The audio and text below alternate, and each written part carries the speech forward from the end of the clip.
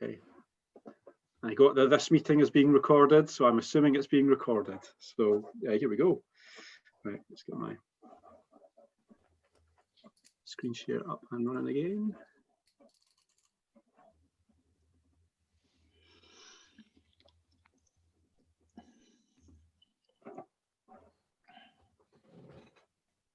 Okay, so thanks for coming, everyone. This is a first deliberate mistake, the date. How can I not update the date? So it's something every week. This week it's the date, but hopefully I'm okay. I get one, and then if I get two, I get thrown into a big bucket of water or something. So this is QVMS episode 13. Lockdown continues or starts again for some of us. We continue to just demolish everything in our path, and we forget about lockdowns, and we continue on with episode 13, which is programming and process edition. We've got two pretty awesome guests able to talk us through both of the meanings of those things, and we're excited to tell you about those. It's not the 16th of October, but you can pretend that it is if it makes you feel better. But what we can say, second deliberate mistake, episode 13 registration, episode 14 registration. So you can tell I was firing through this at lunchtime today. But you've got George, you've got Andrew, and you've got myself, and we're really happy to be here for episode 13 with you. So what have we got lined up for episode 13? Well, some pretty exciting stuff. We've got Jeff Goldberg here, who looks like he's in his own studio, to be perfectly honest with you. Is that what you've got going on there, Jeff? I love the mic. This is so the mic and the camera and everything, it's really just to help showcase my ironing board and my primary function, not as a product manager for Qlik, but as the ironer for my spouse.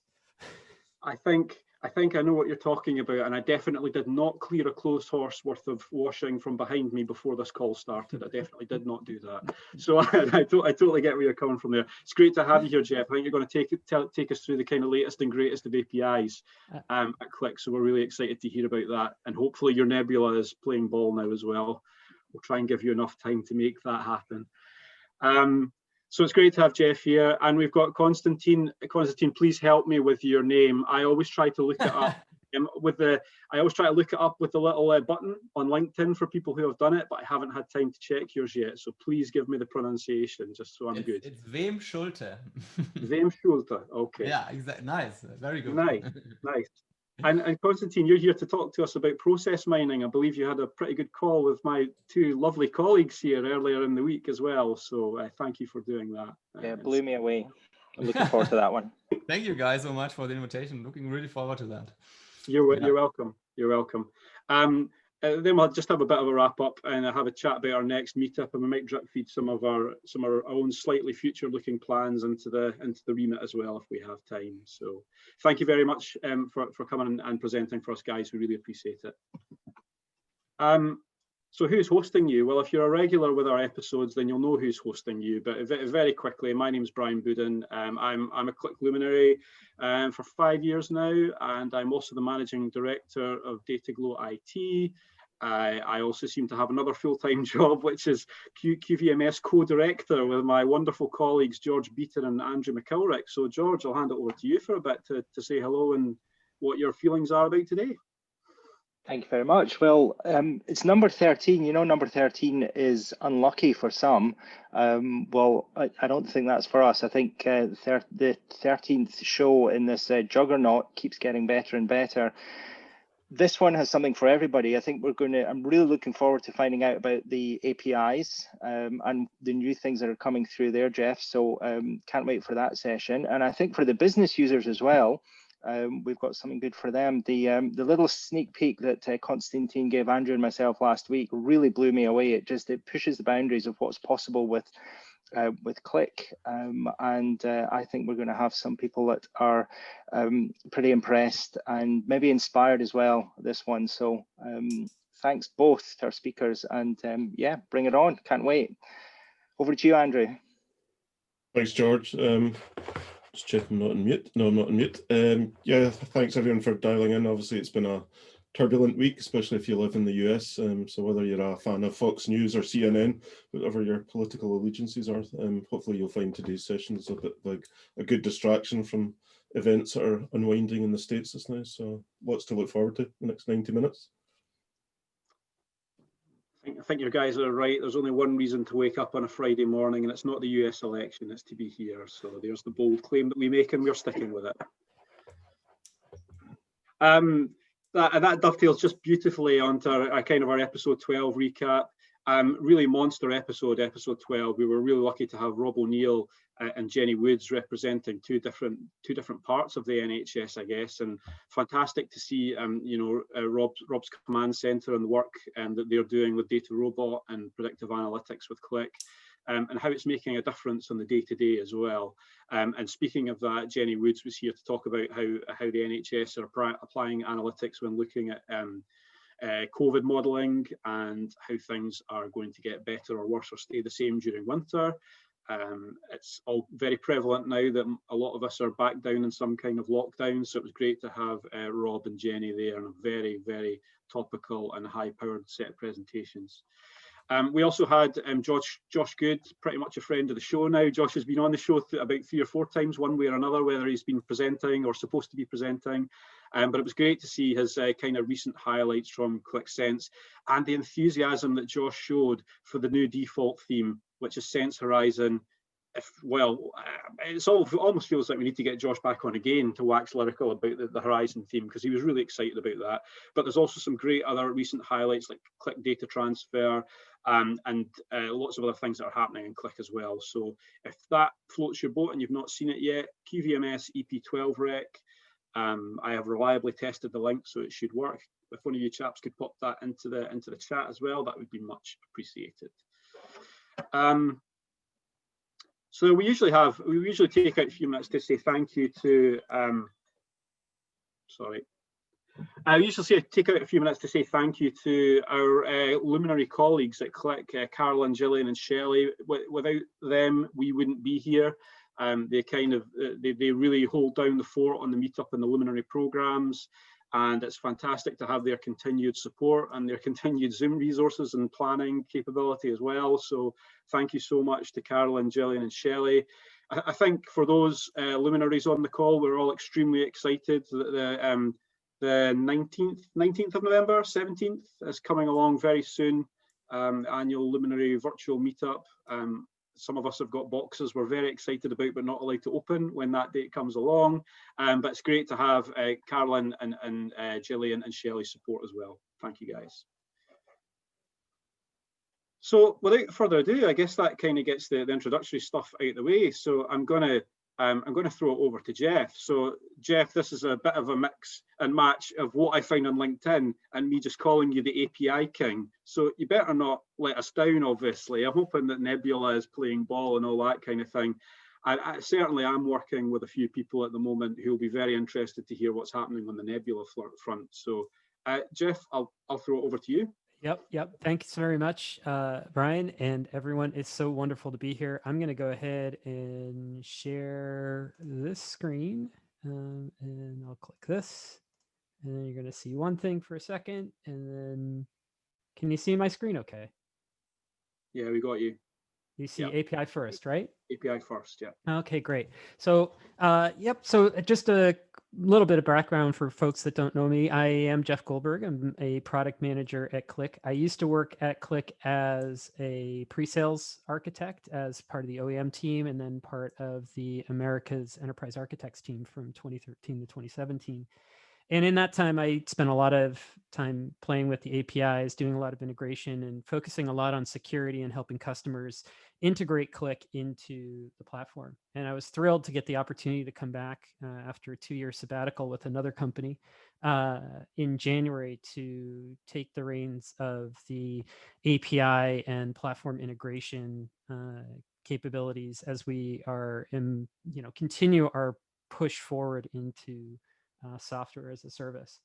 So as far as this presentation is concerned, I'm going to start off just with some high level, kind of thought leadery, evangelist kind of stuff. And then we'll get into a demo of a couple of things. I want to show you Qlik.dev, Qlik CLI, I am going to show you how horrible I am at front end work with Nebula, but should be fun. And then certainly can answer any questions and talk about the roadmap a little bit, where we're going with Nebula, where we're going with CLI, and the developer journey in general. So you can see API first in forging the path of the developer journey. And, in my last role, for 2 years, I was in product marketing in the low code application development space. And one of the things I always reflected on in that area is at Qlik, we've all been doing low code like for almost 15 years. And I started using Qlik in 2010 when I joined an OEM partner, and I was just blown away by the capabilities. Well, with the movement to SaaS and just the explosion in applications in general, IDC back in 2019 had predicted that there would be 500 million applications that'll be created between that point in time and 2023. And if you ask me, based on my experience the last 2 years, the types of questions that I answer with respect to Qlik and what I'm seeing and listening to in podcasts, this is really bearing out to be true. And what that means is that there are more apps that are going to be made in this time period than have been made in the last 40 years. And I always joke, I wish I could come up with a good visualization for that. But those that know me, because I'm doing APIs, integration, and security, my front end skills aren't too great. So this is basically, oh, come on. Here we go. Okay. Let me do that. All right, there we go. A hockey stick. The growth in applications and the demand for applications in the enterprise is just exploding. I'm sure all of you are experiencing this. And really the key here is that, companies are trying to stitch different pieces of software together. And if we think about where these stories are coming from, you don't take my word for it, right? Mark Andreessen, who invented Netscape, right, stated back in 2011 that software is eating the world.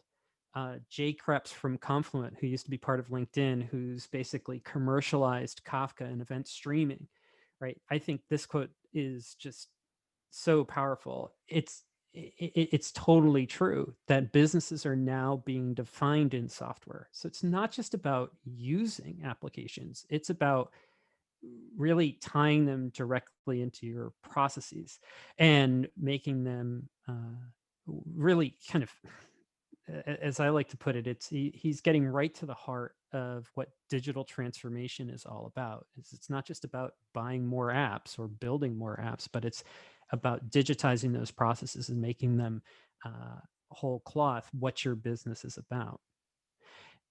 And when it comes to SaaS, the data is really willing out, right? This is from a Better Cloud survey back in 2017. And in that survey, they stated that 73% of organizations are going to be running purely on SaaS applications by 2020.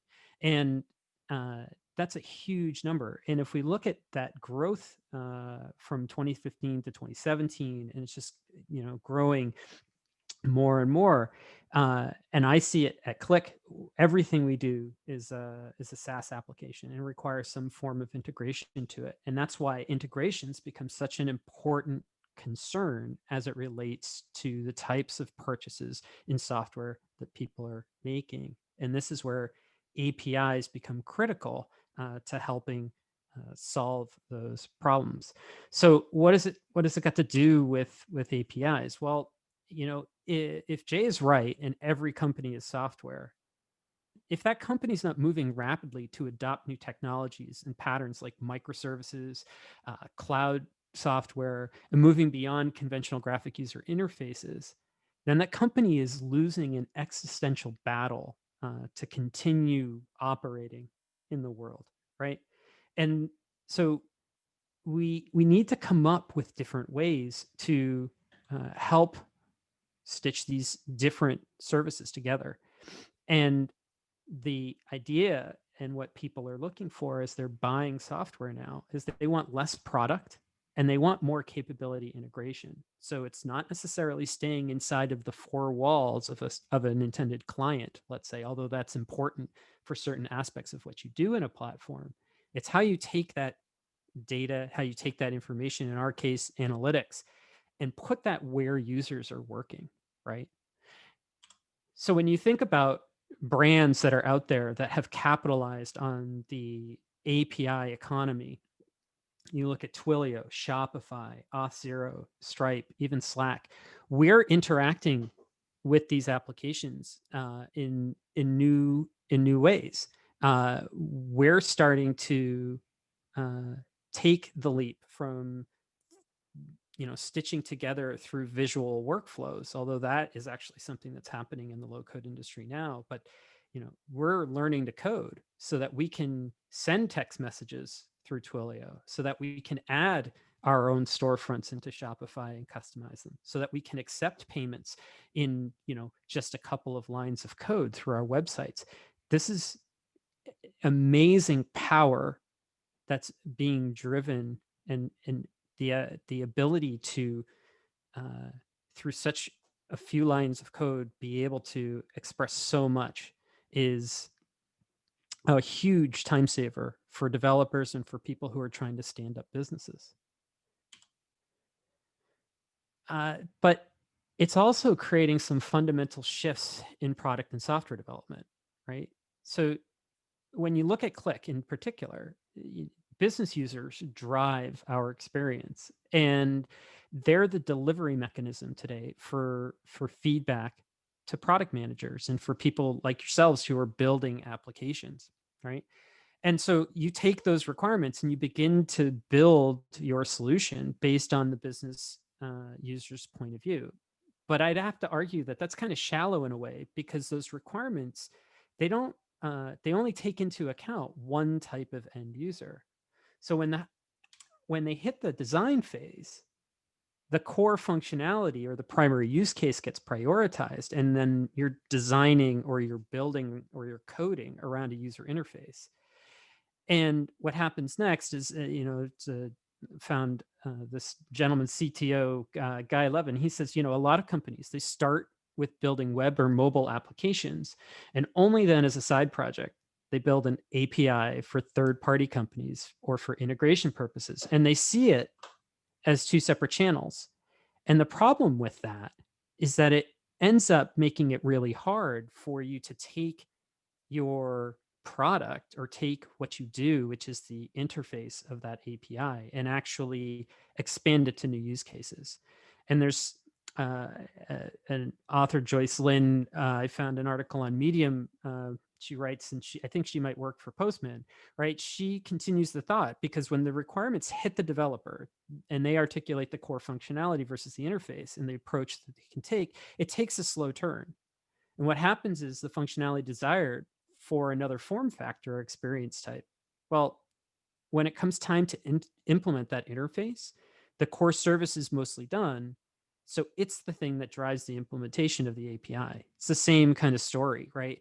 And now you're shoehorning the API, and for the technical developer or the software engineer who's trying to take that API and use it in a new use case. Let's say you decided to build a mobile app first, but now you want to augment this application so that the API will work with Alexa, because you want to change the experience and not just go for a visual experience, but an audible experience. You could be put into a position where that sets you back a long time. So that's why you need to be considering API first. It enables multiple teams in different areas and points of integration in the development lifecycle to make progress on all of those different types of use cases simultaneously. And you can kind of see that in her diagram for the way that she thinks about it, is that you can take existing APIs and you can bundle them into new APIs. And in fact, at Qlik, we've done this. This is like abstractions, right? If you look at the capabilities APIs, which have been around in our Windows platform and are also available in SaaS today, right? They represent abstractions. They are helpers that take the core engine capabilities and make it possible for you to just in a couple of lines of code do stuff. That gives you the ability to expand on what is available from an application standpoint. And you can take those pieces and you can assemble them into your own APIs and extend them. And that's the concept of using something like Enigma and mixins, where you can actually put those things together. And now you are able to really harness the power of Qlik, as well as the other applications that you're trying to tie together.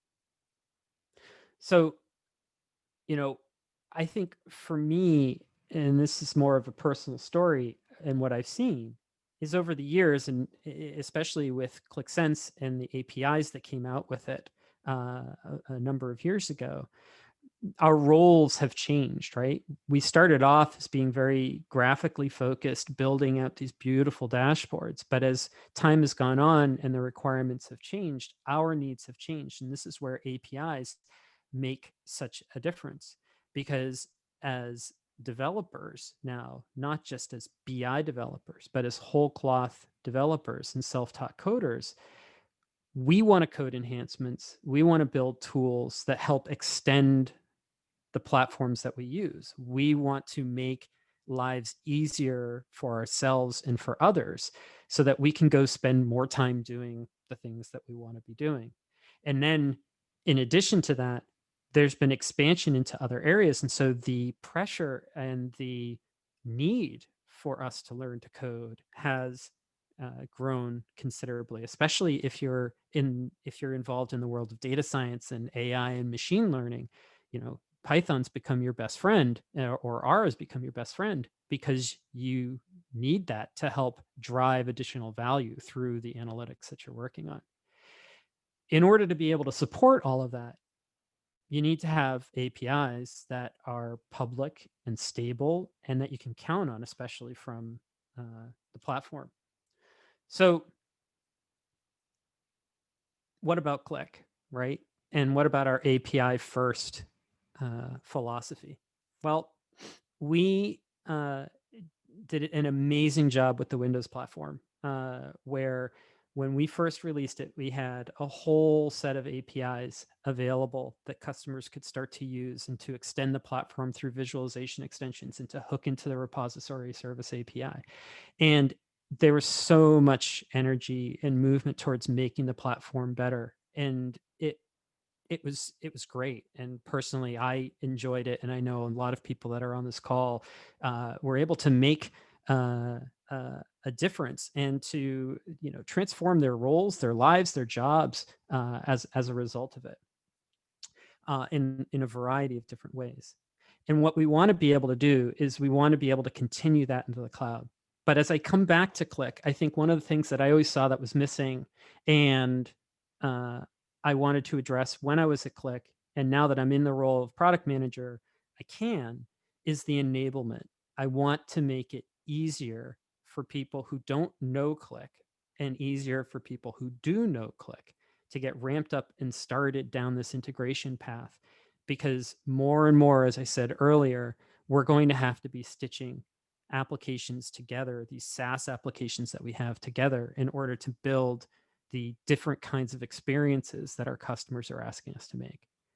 And so it really requires us to act like Elon Musk in a way, right?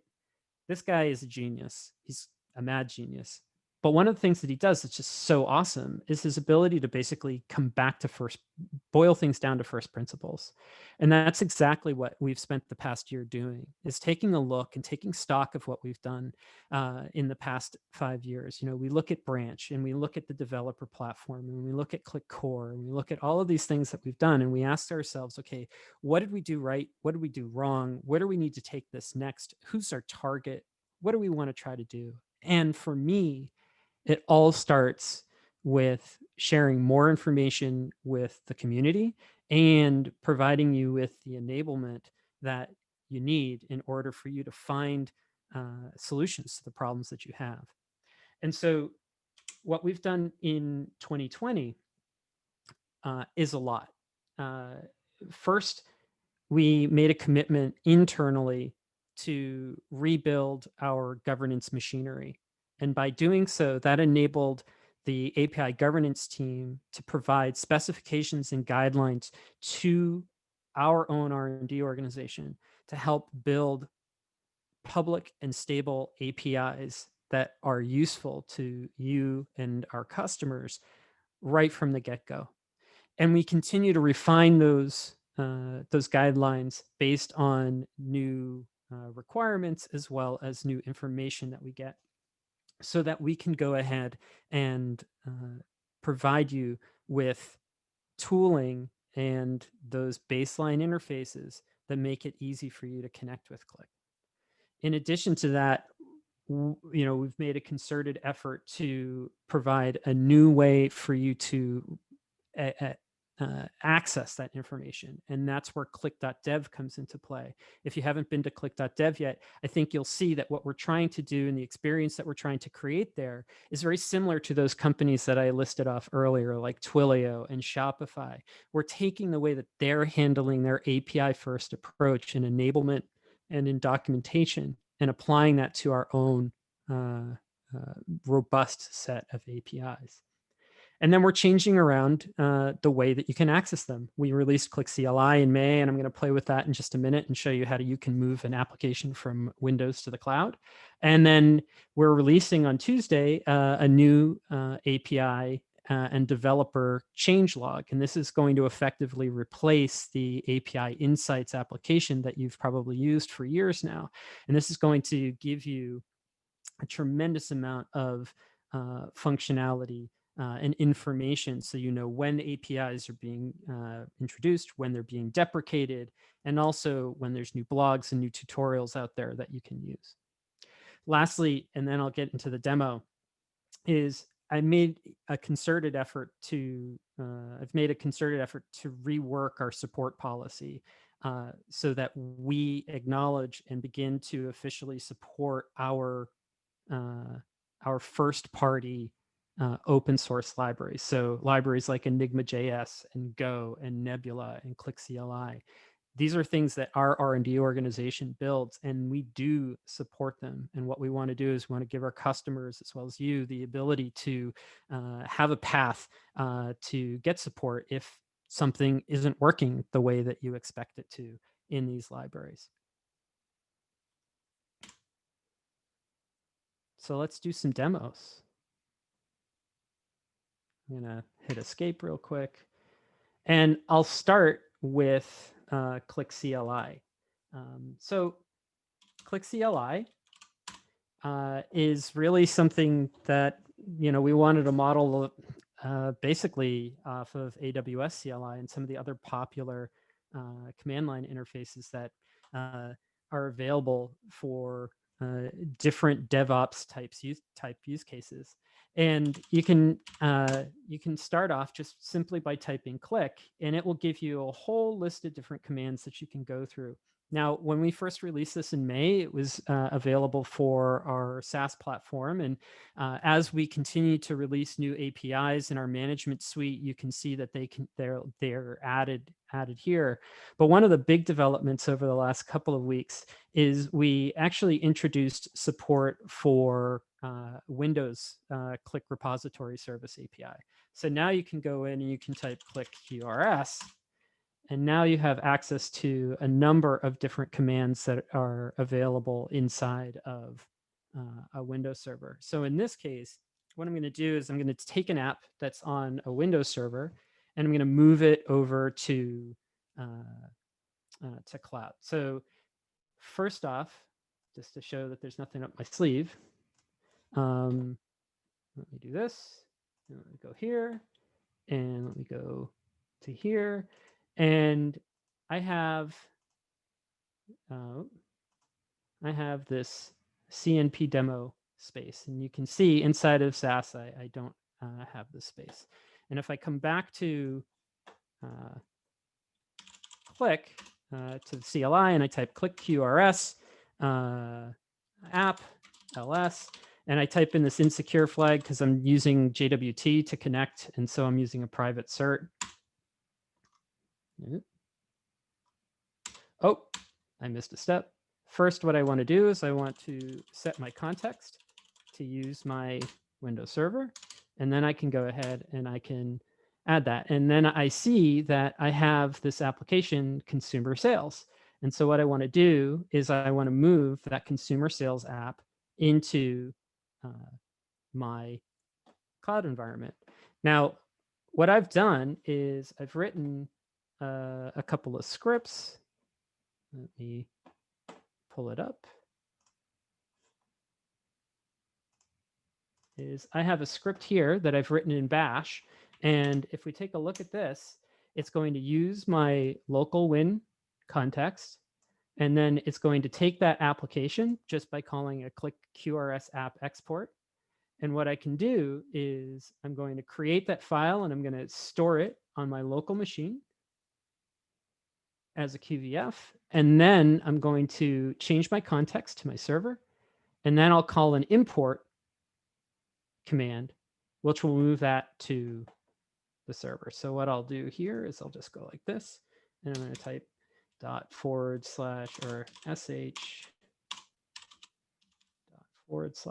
export import .sh.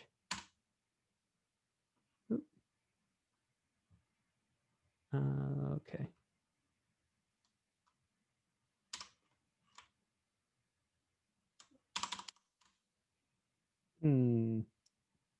Oh, whoops. CD test. Build. Wrong directory. Okay. So now if I hit this, it will go ahead, and what it's doing is it logged in, it grabbed it, and it gave me the ID of the new application on my server. So if I go back to here and I go to my home, you can see here is my app, and it was updated just a few seconds ago. Now, if I go back to my script, I have this other script, because one of the things that happens when you upload an app to QlikSense SaaS is that all of the public sheets that are available become private again.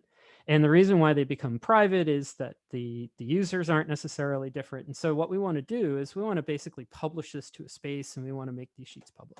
So, and I just being cognizant of time, I'll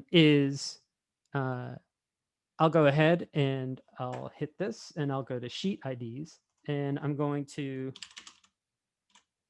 run this code. And what this code's going to do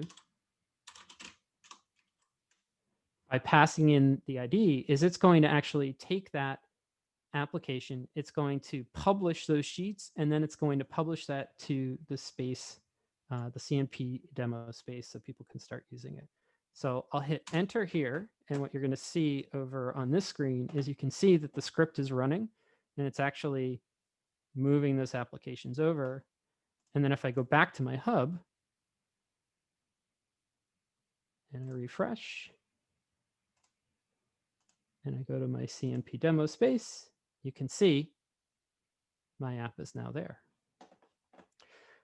So I just want to be cognizant of time, Brian. Do I have a few minutes left? Or? Yeah, you've got a bit more time. You've got another 5 or 10 minutes yet. Okay, cool. All right, so let me jump to Qlik.dev real quick. So how can you start learning about this? This is Qlik.dev. If you haven't been here before, I highly recommend that you go. And effectively what we're doing at the very start of it is listing out the different APIs that we have available on the platform today. And you can see not only do we have the management APIs for our SaaS platform, but we also have all the JavaScript APIs that you've probably been using for years, whether that's app integration and capabilities and those sorts of things, because that's all available and ready to use in SaaS. There are different ways that you have to connect in terms of doing inclusion lists for web integration IDs and cross-site scripting. And we have tutorials for how you can do all of that right here. And we're adding more tutorials all the time. But if we go into something like apps, you can see right away the different endpoints are listed here on the left-hand side, and we can scroll down and we can look at the different information that's required in order to talk to an API. And then on the right-hand side, you see actual code samples. So you can see the different endpoints that are necessary. And if you click on one of them, it will take you right to it. And then you have the ability to actually grab this and run this as a curl command inside of a terminal. Or if you want a code snippet, you can just grab it and place that into your JavaScript and start working with it, grabbing an API key from your Qlik server. So that's one direction, and that's a lot of the backend stuff. But then there's also information on the front end, right? And if we talk about Nebula and where we're going with Nebula, Nebula has a number of really interesting things. So if I go and we look here, this is the Nebula CLI, and the Nebula CLI, as well as the development environment, gives you a way for you to go ahead and pick an application and immediately start building an extension. It gives you effectively one side of an IDE. So if I go like this, and let me grab this like so, and actually I gotta flip here. You can see I have a Nebula app here, and an extension here. And if we look inside of the source, when you build an extension in Nebula, you get basically 3 files to start off with a number of other pieces. There's data, there's an index that allows you to go ahead and reference Nebula Stardust, which is the package for building extensions as well as for doing embedding. And then there's the object properties, which allow you to show the properties on the left-hand side. So in the interest of time, basically, I'm not going to get this to work right this second, but if I go ahead and let me open a different folder.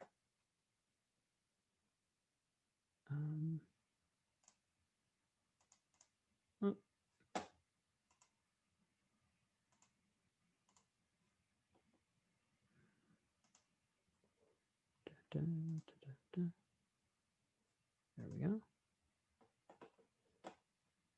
And if we go into source here, you can see I have my properties right here. I have an index, and you can see I've got hello. And if I just, for the sake of the demo, say, hello, Brian.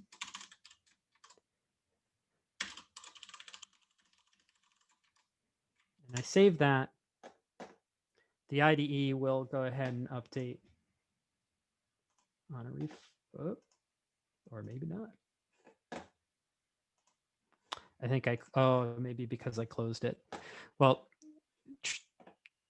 rest assured that if you update this, it will go ahead and update on that page. And so you have the environment where you can go ahead and work on your different projects. So just flipping back to the presentation real quick so I can wrap up, right? So that's a lot of what we've been doing in 2020. And with regard to Nebula, we've got a new, we've got some new folks working on Nebula in the last couple of months, and they're working on providing the same sort of guidelines and specifications for building out new visualizations, bringing our current visualizations into the Nebula framework, and making sure that we're decoupling functionality that's in the client from the client, so that you can start using that functionality outside of the client in embedded contexts. So that's one of the things that's being worked on right now for Nebula, as well as adding new functionality to visualizations and bringing over those visualizations. And you'll see updates to Nebula. If you follow the project on GitHub, because it is open source, you'll see lots of updates. In terms of 2021, where we're going, we have in development right now, we're working on adding webhook support so that you can trigger events based on system events inside of the SaaS platform.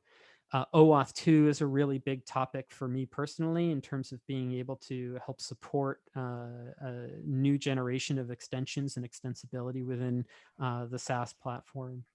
And the other thing that we're looking at is, how do we remake the platform ecosystem? we were thinking about different ways of classifying APIs and their stability so that you can understand if something is supported or unsupported. Means that you might be able to still use it even though it's unsupported, right? New extension classifications, and as well open sourcing things like some of the base visualizations in Nebula so that you can go ahead and extend them on your own. Some other things that we're working on are a Qlik developer kit, which would give you the ability to develop offline, but then have it also connected to a developer instance of QlikSense SaaS so that you can go ahead and deploy those solutions in the cloud and test them and work with a SaaS environment. So just tying up next to the last slide here is APIs are a superpower. They give you the ability to make people's lives easier. They in and of themselves, yes, they take a learning curve, but for many of us, we're already doing this every day. If you're in the Qlik load script, you're pretty much working with APIs. If you're working on R and Python, you're working with APIs. And what we provide in terms of Qlik from a front end as well as a back end capability, we're pushing more tools and more abstractions and more enablement out there to make it easier for you to learn how to do this so that you can make working with Qlik and integrating Qlik easier for others. So I will close there.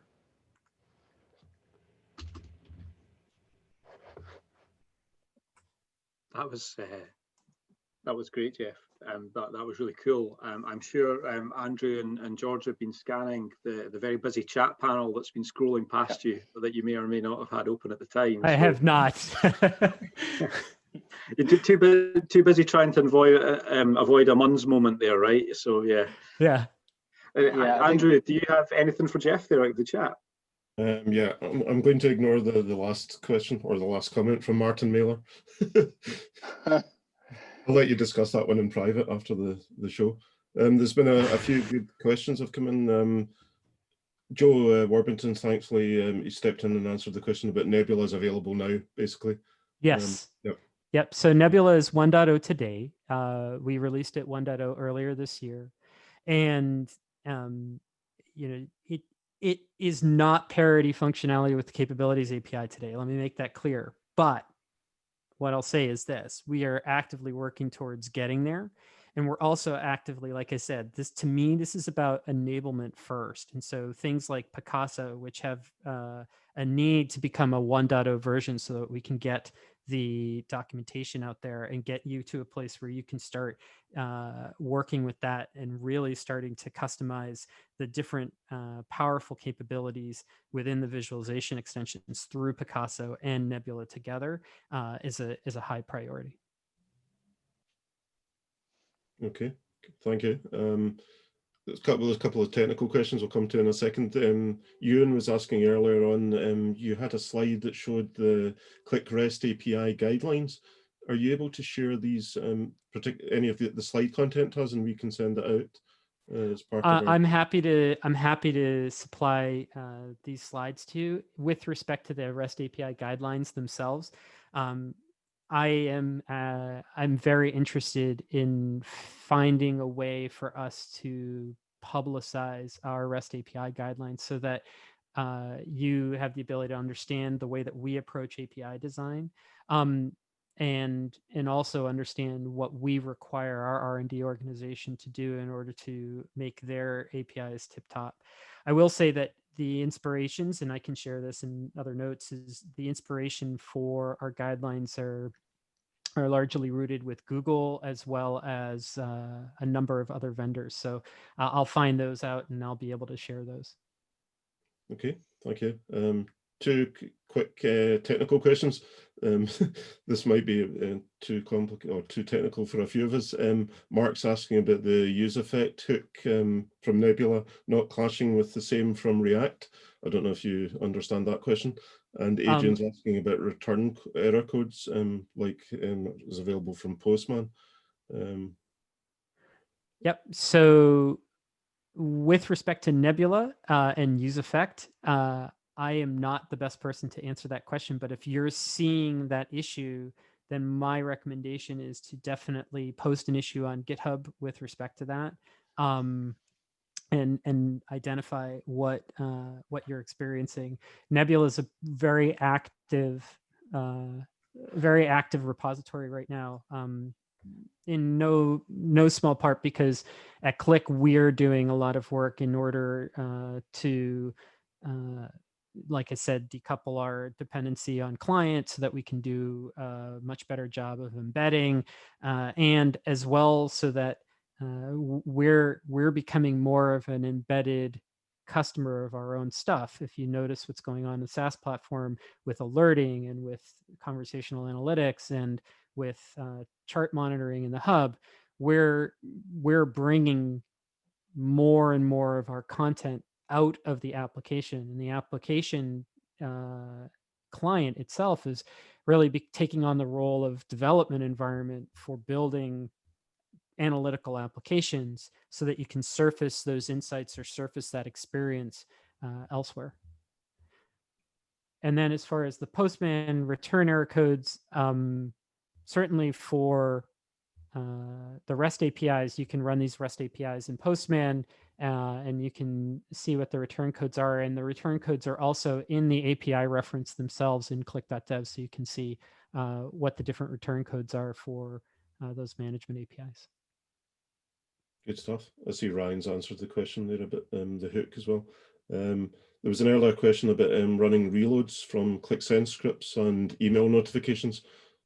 Just a general question. Presumably all of that is available through APIs.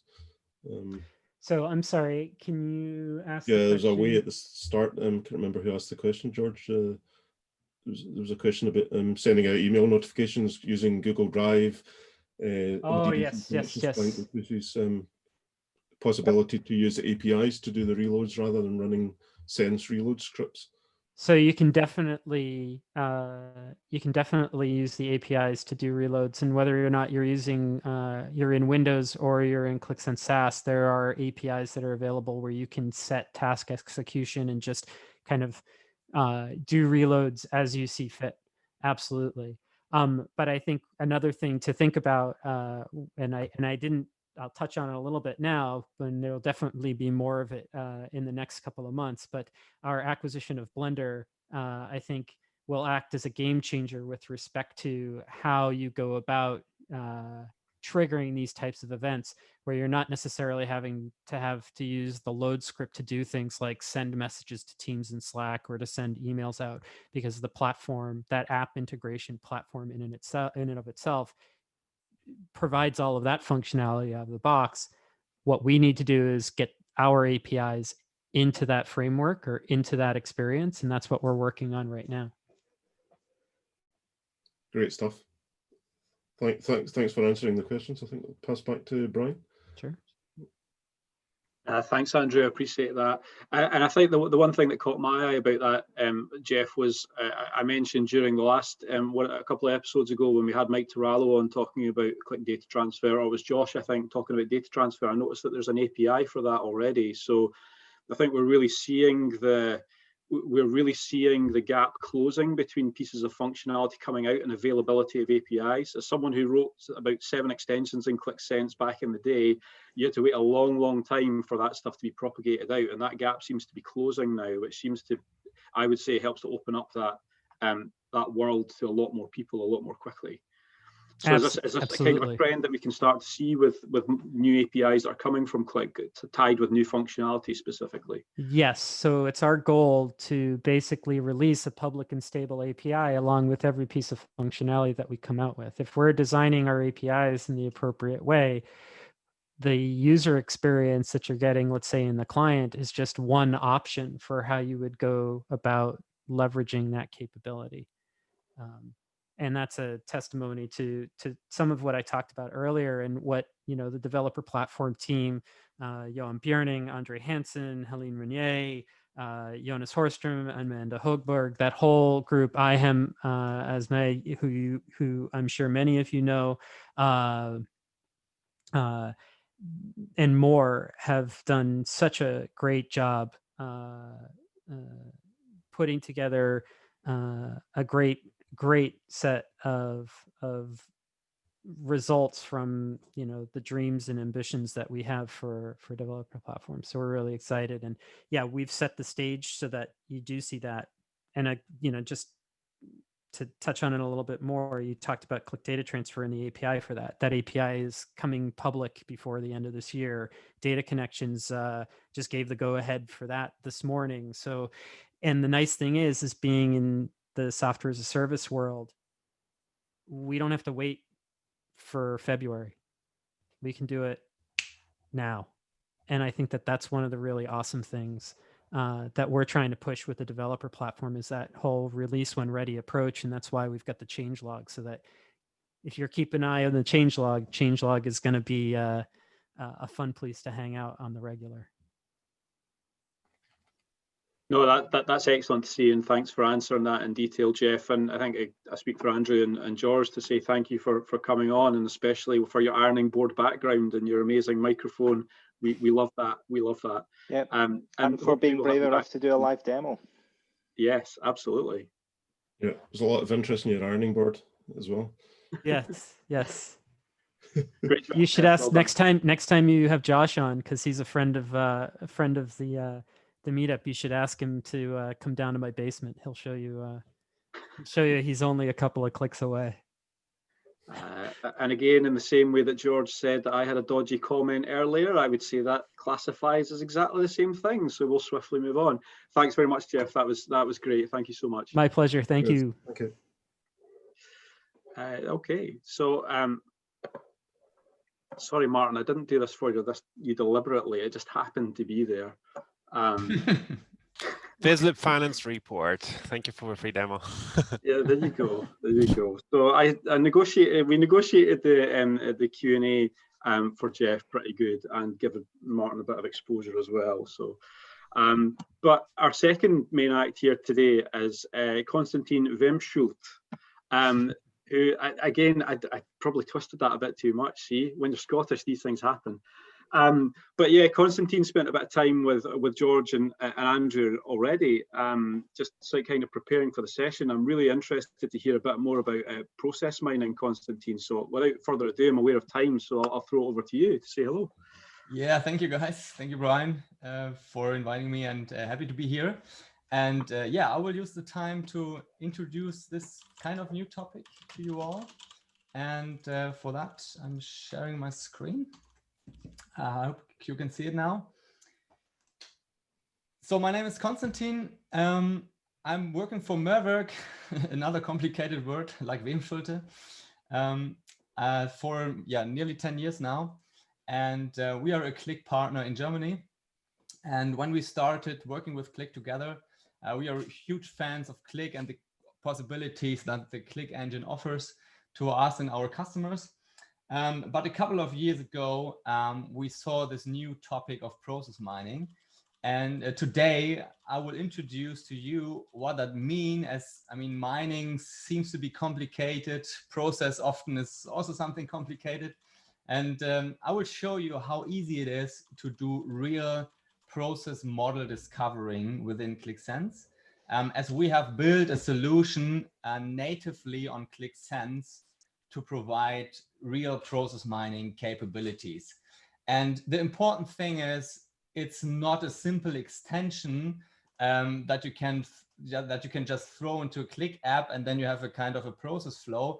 It's a really mature solution where we have already lots of customers working with that on the one hand, but we are also proud to have lots of strategic partnerships with lots of Qlik partners on the one hand, but also big system integrators like Deloitte, for example, who are using that solution to discover processes at customers, using it for internal audits and all that stuff.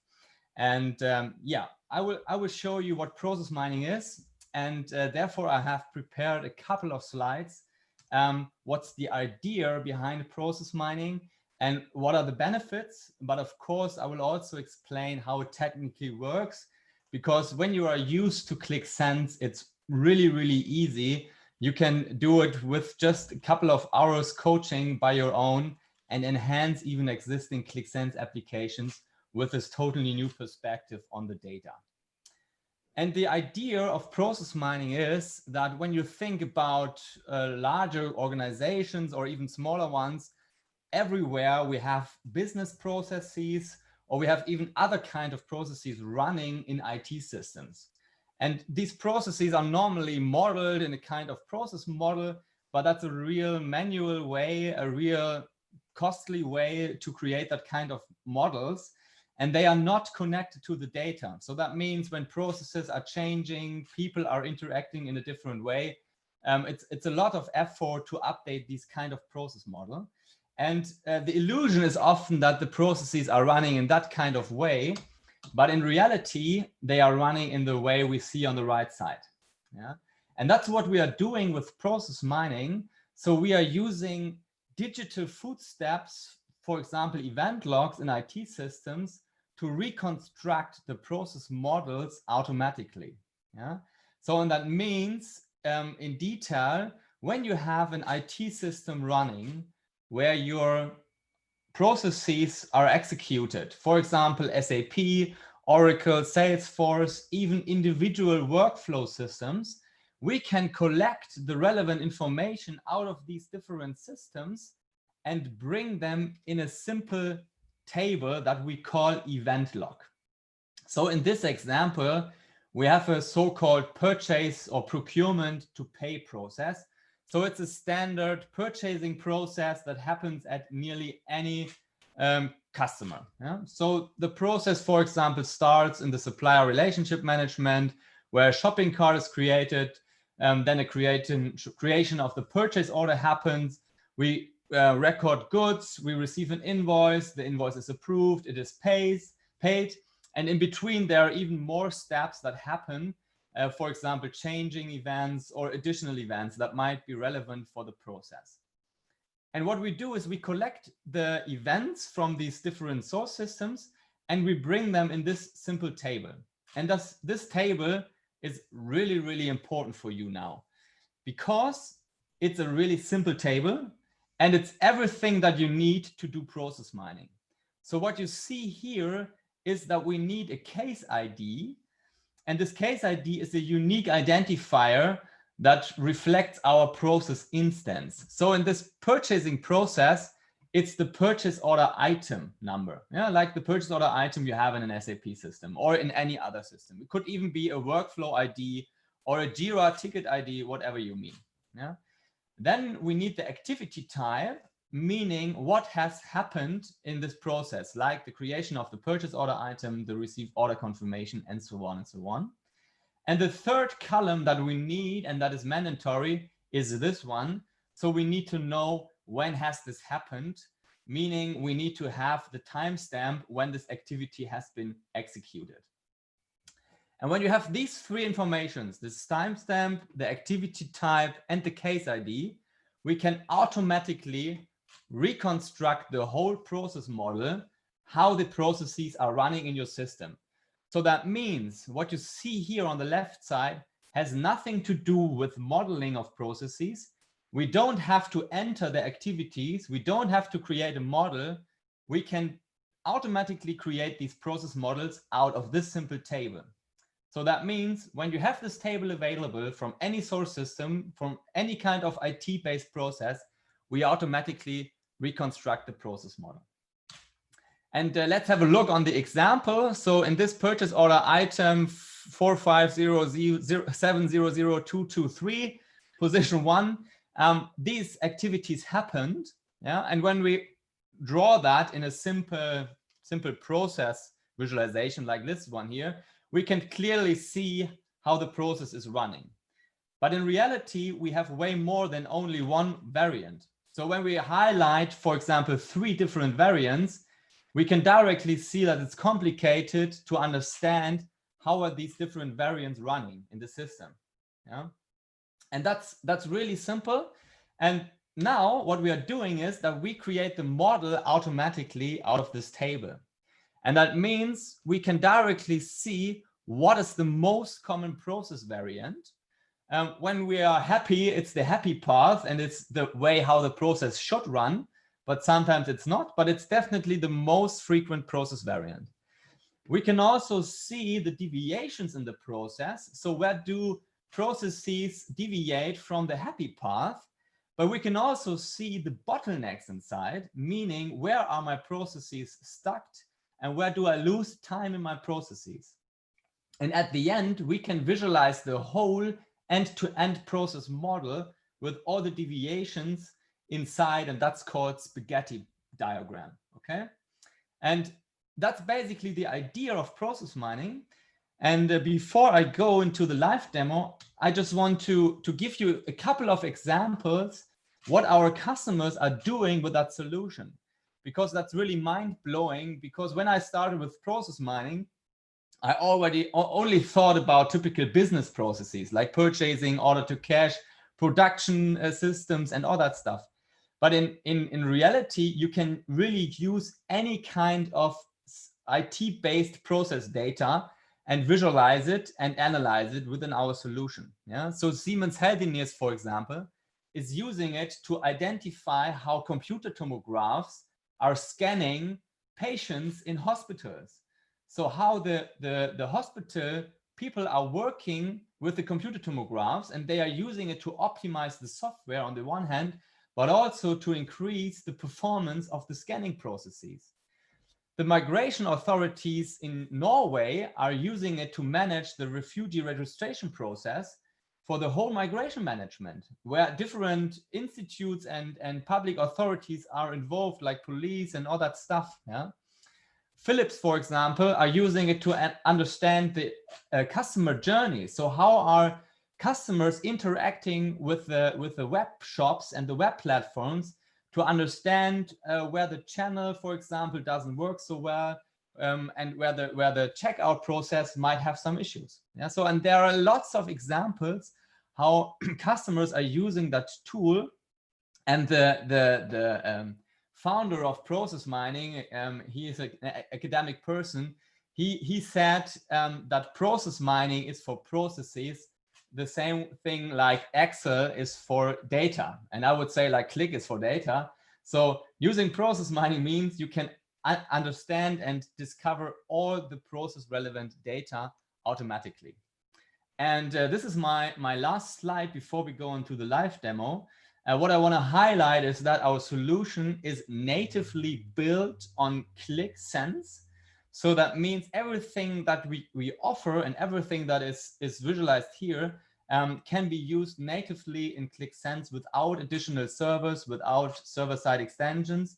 We just deliver extension bundles, Qlik scripting, and template application.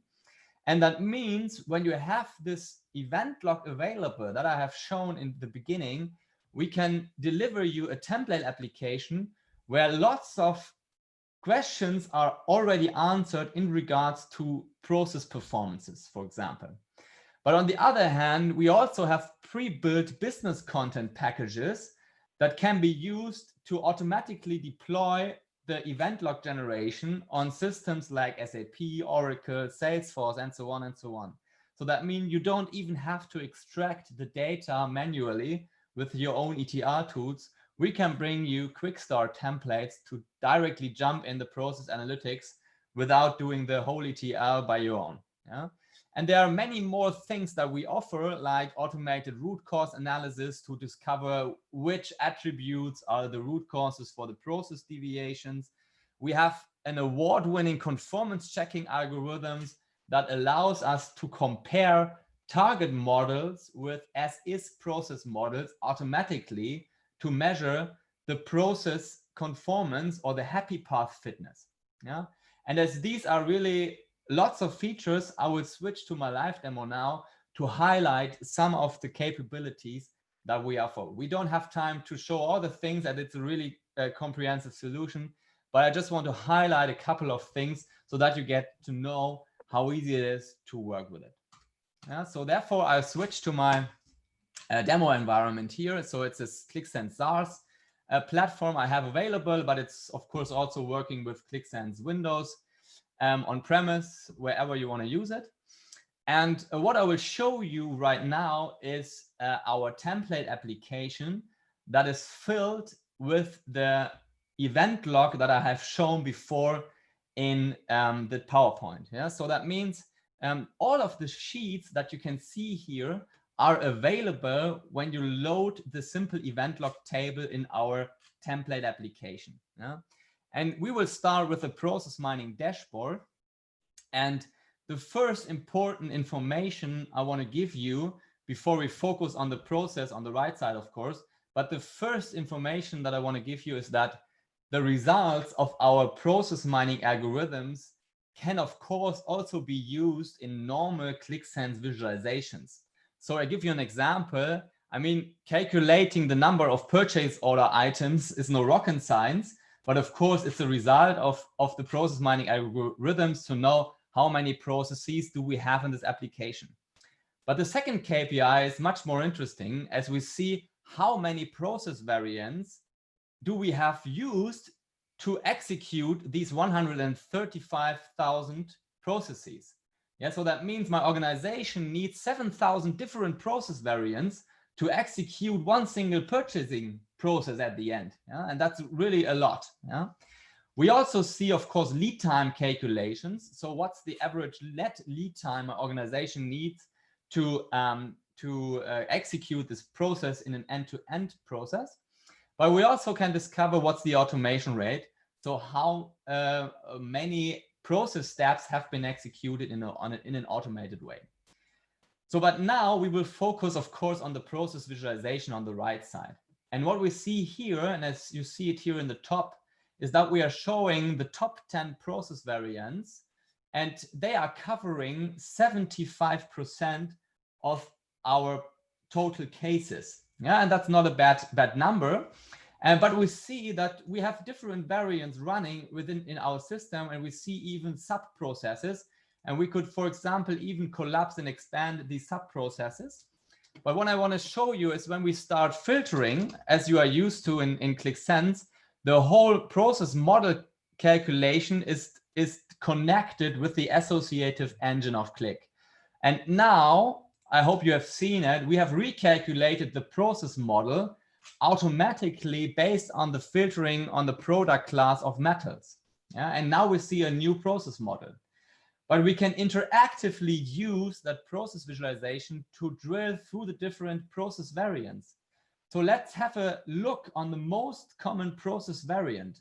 And we see it's a pretty straightforward process variant from creating the purchase order item up to the records goods, vendor creates invoice and all that stuff. Yeah, but the interesting thing is that that's the most common, but we have a deviation in here when we press the plus button. So we have a highlighted what kind of deviation do we have in our process. And here we see that we have a kind of maverick, or not maverick, but a kind of uncompliant process as the vendor creates the invoice before I receive the goods. And this is really interesting, as this could mean that the invoice payment terms start running before I receive the goods. And this has an impact on my cash flow, as I might pay the invoice or have to pay the invoice earlier. And the important thing now is that we can not only see the deviation, we of course can also see the idle time. So what does this mean to my process? Yeah. And we can now use the process visualization as a selection criteria. And what I want to do now is that I select all the processes with this deviation. So I press the selection, all processes with this edge. I select it directly, and the process model is recalculated again.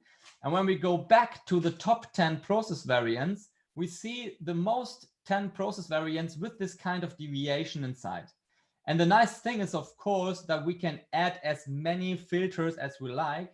So if we then say we only want to see processes with a clear invoice event, for example, we can select it and say with this activity as well.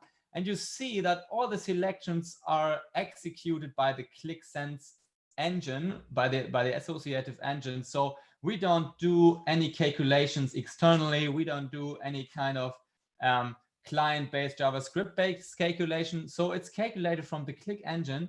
And when we scroll down, we directly see, of course, which suppliers might be involved in these deviating processes, and which of these suppliers should I do a supplier audit, for example, to encourage them to do better processes. Yeah? So that's the basic idea of process mining, by discovering the process model, the deviations, and to discover the bottlenecks. So, and when we go down here now and we select all the processes with long running lead times, we of course see directly that we have some issues in here, like the changing of a price in my purchase order. And what I want to show you now is that normally you might think a change price activity is not a big problem. I mean, it takes a clerk 50 minutes to open the system, change the price, save it or store it, and then it's done. But in general, this kind of activity normally influences my end-to-end process performance a lot, because this could mean the supplier has to re-acknowledge the purchase order. This means that the goods issue could be delayed and all that stuff. And therefore, we can deep dive into the details by pressing this blue button in here. And we are switching again the sheet, and we see what is the impact of this activity to my end-to-end process performance. And when I go into the initial state, we can clearly see that the lead time with this activity is 45 days in comparison to the lead time without this activity of 31 days. And that means avoiding this activity does not only mean avoiding the clerk's effort of 15 minutes per activity, it means that we can increase our process mining, our process performance of about 14 days. And that's a really huge impact on my end-to-end process, right? The next thing I want to show is that we can, of course, also filter in a process-oriented way. And therefore, we have a so-called process pattern analysis. And when we talk about process mining, we are often thinking about process performance indicators. And in the purchase to pay process, a typical KPI in a typical QlikSense dashboard would be to measure the Maverick buying quota, right? So in these kind of business KPIs, you normally combine the finance volume or the invoicing volume with the purchase order volume. And the mismatch of these both volumes are the Maverick buying, right? But what we can do now here is that we can measure Maverick buying in a process-oriented way.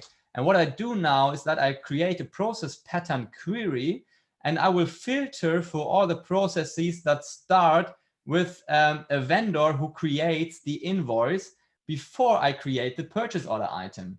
And that's a typical thing that happens, that a vendor sends me an invoice. I am not allowed to pay that invoice without a purchase order. And then I create the purchase order afterwards. And by creating this pattern here is, I just put some wildcards in between, as I do not care about the exact sequence. I just want to filter for all the processes where the vendor creates invoice activity is in advance of the create purchase order item activity. And I now apply the query, and I get the process model for all the processes where we have that pattern inside, you know?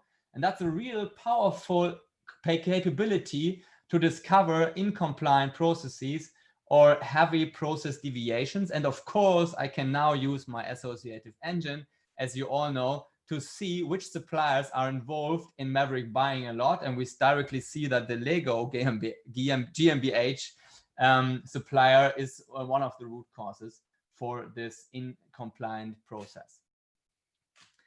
So, and that's the basic idea of process mining, meaning we are not visualizing a simple process flow where you have some node and some edges. We have a process model with all the relative information about what are the variants, what are the deviations.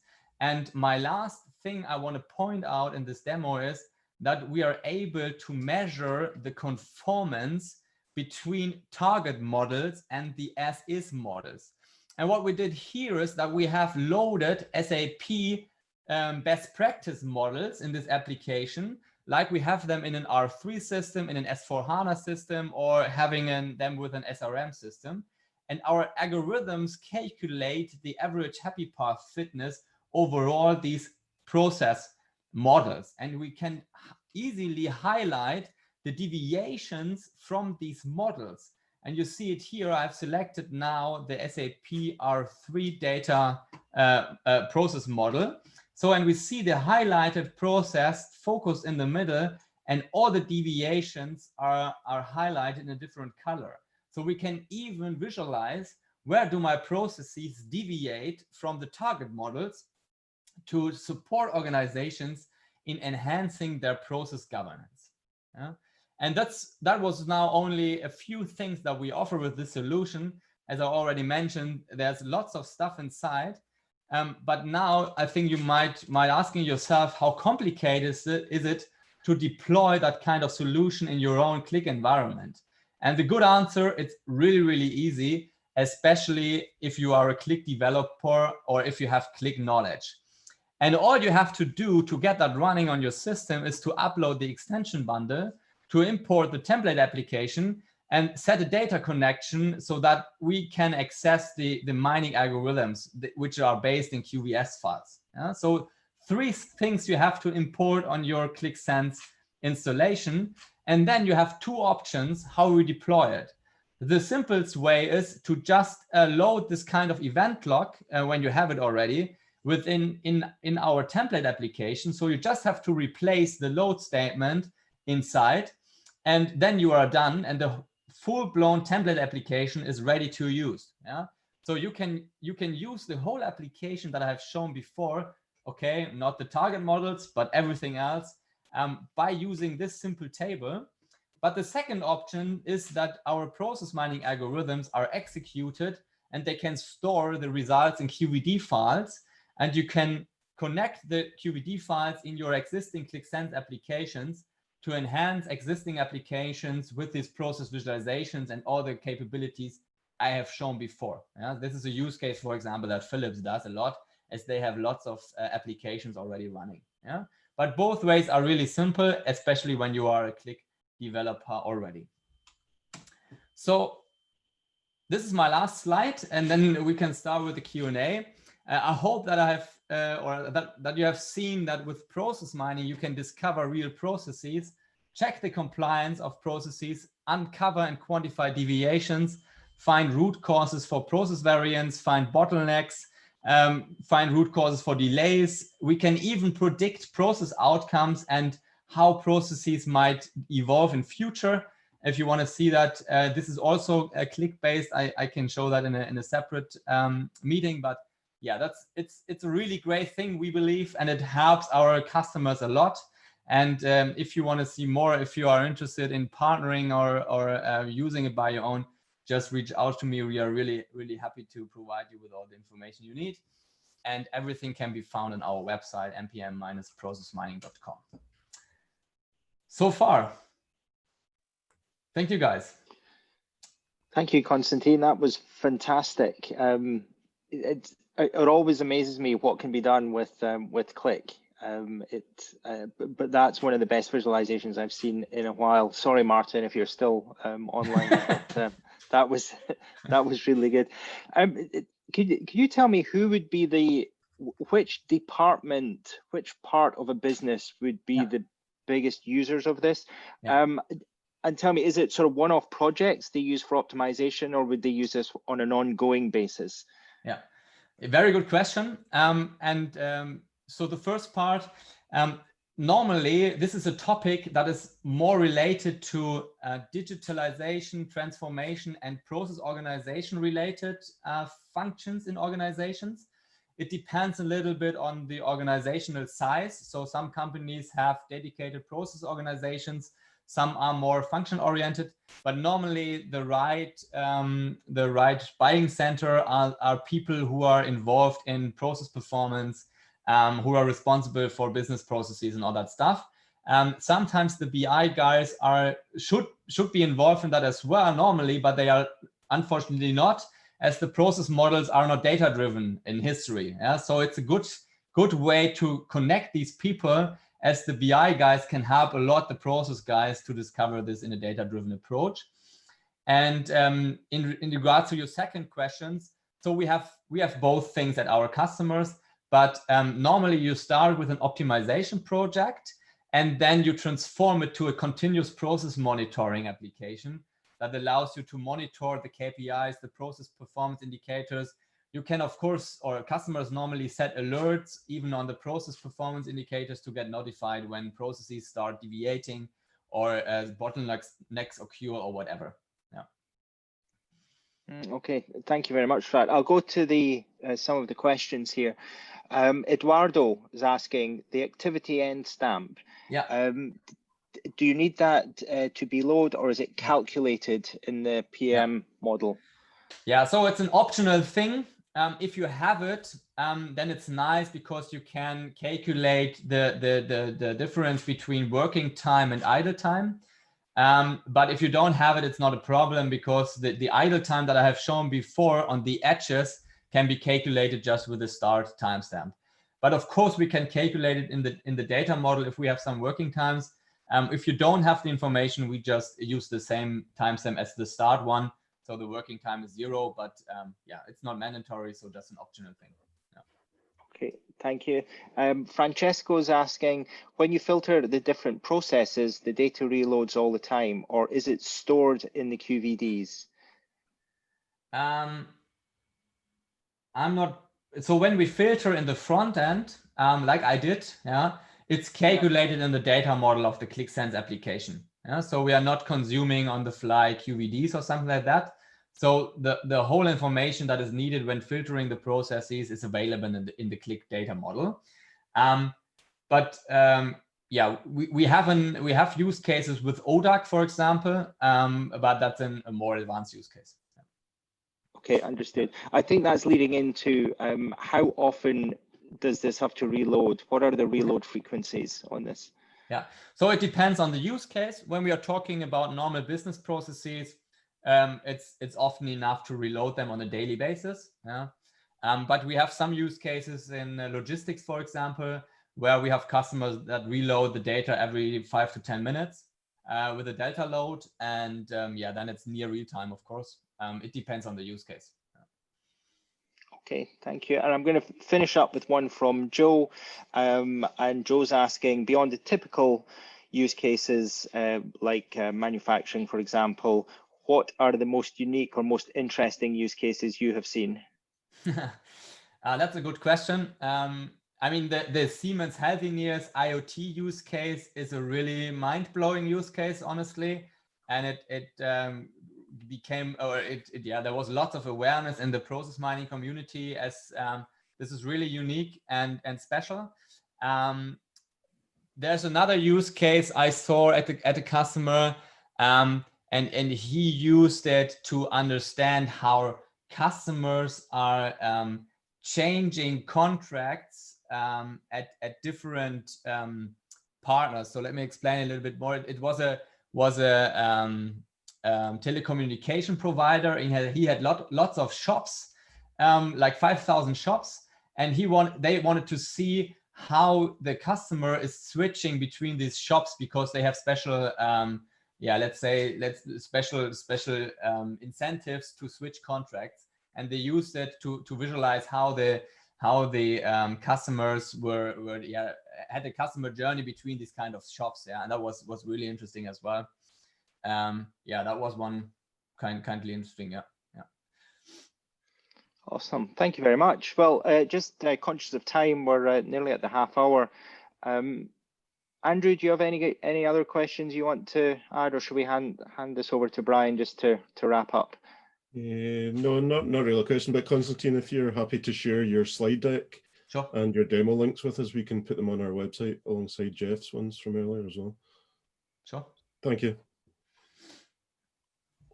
Yeah, Constantin, thank you so much for that. I only have one addendum to something that Joe said about the Lego Star Wars kits. Can this help me build Lego kits faster? And can it work out which pieces I cannot find? I'm particularly thinking of the turret on the Millennium Falcon specifically, but you know, it's an open question.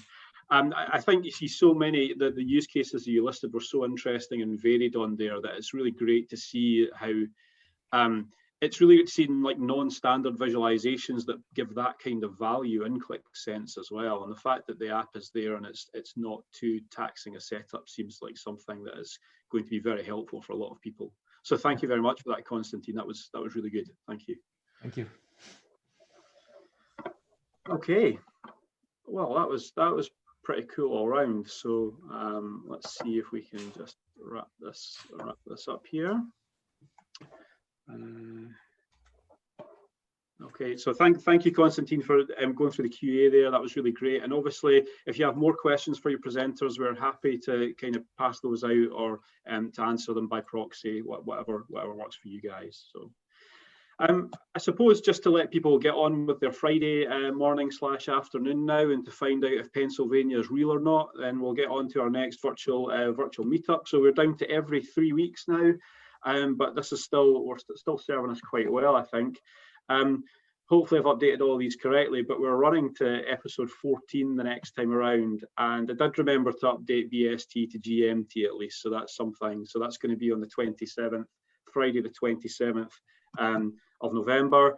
And our first speaker is going to be Barry Harmson. And for those of you, well, who have been working with Qlik at all, you'll know who Barry is. Great guy, works at Bitmetric in the Netherlands, obviously a long-time Qlik luminary, and some fantastic products that him and his team have developed. Sense Theme for building themes in QlikSense, and Pinit, which we're looking forward to finding out a lot more about as well. So really looking forward to having Barry on the next episode. And a bit like last time, we have a to be confirmed for our second guest. However, George and Andrew, I believe we have two sort of meetings set up early next week to confirm who that guest is going to be. So it will not take long. But now it's just a bunch of question marks because we don't know yet. But we still hope that you will register for QVMS EP14. We've popped the link in the thread a few times, but you know, we'll stick it in there again. 3 weeks is not far away, so if you do it now, you don't have to worry about doing it later, is the way that we like to think about it. And obviously, if you've got any opinions on our show, you can tiny CC us at QVMS Opinions as well, and we'll try to build those in. I suppose all that remains after that is really to kind of pass over to George and Andrew. I don't know if we want to drop a few small hints about episode 15 that people might want to get in their diaries already, chaps, but I'll pass that over to Andrew in the first instance. Thanks, Brian. I'm not going to reveal names, but people should be putting December the 17th. I think so. I did actually go and check it, but I've now forgotten. So 6 weeks from today. Definitely going to be the highlight of the year. Some people you may have seen before, some people you haven't seen, but we can't give too much away at this stage. And there might even be some prize draws and some things to be won as well. So, we might wear hats. We might wear hats. So, you know, you never know what's going to happen.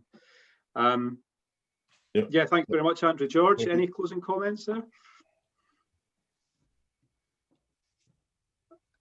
George has enjoyed the show so much, he's gone and started on the beer already, I think. So we'll just say thank you to George for presenting, and again thank you to our great guests, Jeff and Constantin. Thank you to you guys for dedicating your Friday mornings and afternoons. We can't have this without you, and we really hope we'll see you in 3 weeks and 6 weeks time as we round off QVMS for the year and reach episodes 14 and 15. So have a great weekend all, and we look forward to seeing you on the next episode. Thanks, everyone. Thanks loads, guys. Thank you very much. It's brilliant. Cheers. Bye. Bye-bye. Thank you, guys. Bye-bye. You're very welcome. Cheers. Bye all.